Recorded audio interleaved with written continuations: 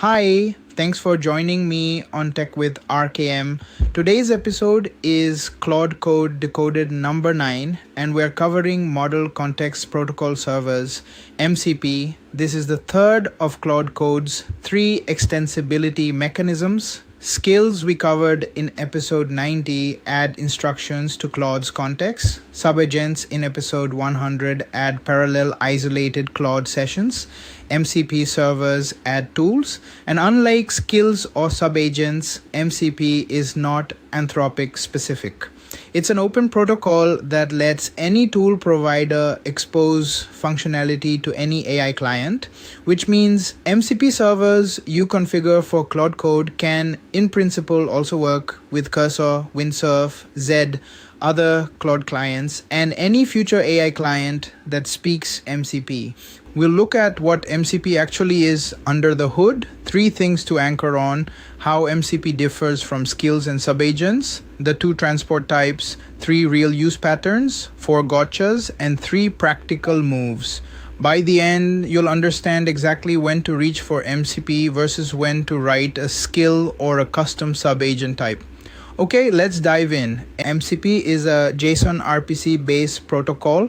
A client speaks MCP to a server. The server exposes a set of tools that the client can invoke. Each tool has a name, a description, an input schema, and a handler. When the client, in our case, Claude Code, needs to invoke a tool, it sends an MCP request to the server. The server executes and returns a result. The client feeds the result back into the model. Concretely, when you configure a GitHub MCP server for Claude Code, that server exposes tools like create issue, close pull request, list branches, and so on. Claude Code sees those tools as first class alongside its built-in tools like read, grep, bash. When Claude decides it needs to create a GitHub issue, it calls the MCP server's create issue tool.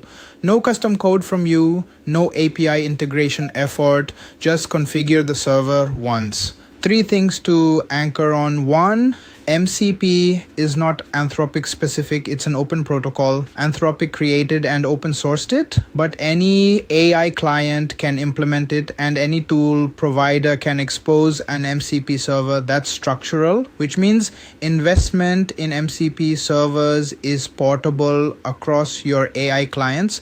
2 servers run separately from Claude Code. Their processes local or remote. Claude Code talks to them over transport. We'll cover that. Server crashes don't crash Claude. Server updates are independent from Claude Code updates. 3, tools are the primary primitive. MCP servers can also expose resources and prompts, but tools are what most people use 90+% of the time. Think API surface, verbs on a specific system. Let me walk through how MCP differs from skills and subagents. All 3 are extensibility mechanisms, but they solve different problems. Skills add instructions to Claude's context. A skill for security review adds instructions like, when reviewing code, check for these patterns. Claude reads those instructions and follows them using its existing tools. No new tools, just guidance. Subagents add parallel Claude sessions. When Claude spawns a subagent, that subagent is a fresh Claude with its own context, useful for parallelizing exploration or protecting main context, but no new capabilities. MCP servers add actual new tools. Tools that Claude can invoke to do things it couldn't do before. Reading from Notion, writing to Jira, querying your production database, managing your Kubernetes cluster, whatever the MCP server exposes. So the mental model, need Claude to know something. Skill, need Claude to work in parallel. Subagent, need Claude to be able to do something new. MCP server, MCP has 2 transport types, STDIO, standard input, output. Server runs as a local subprocess of Claude Code. Communication is through pipes, simple to set up, no network exposure, but server must run on your machine.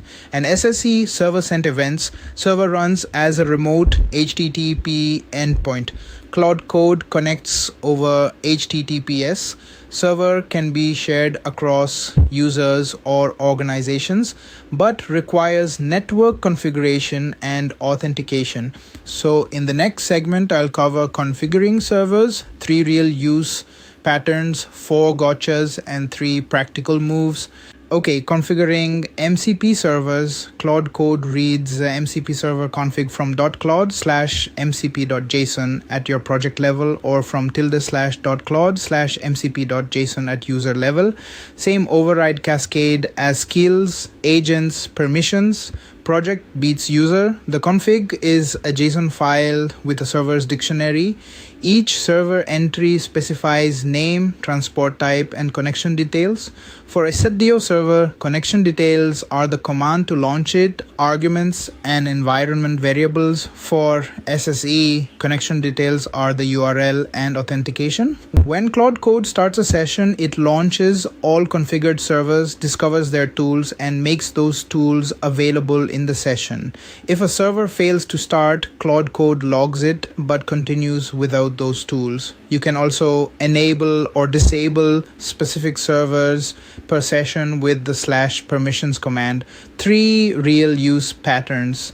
Pattern 1, integrating your ticket system.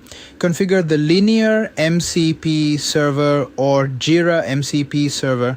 Now Claude Code can list, create, update, and comment on tickets directly.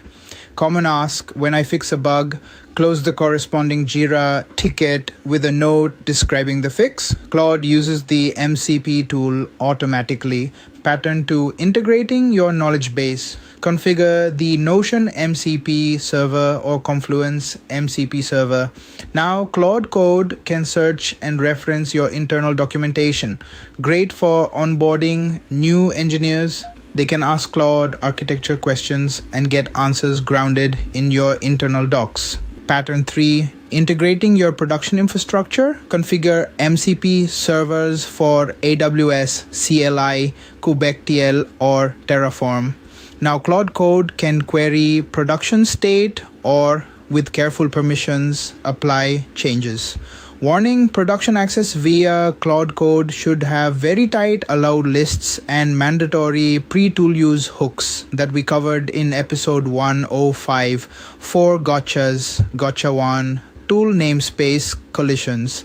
If you configure 2 MCP servers that both expose a tool called create issue, Claude can get confused about which to call.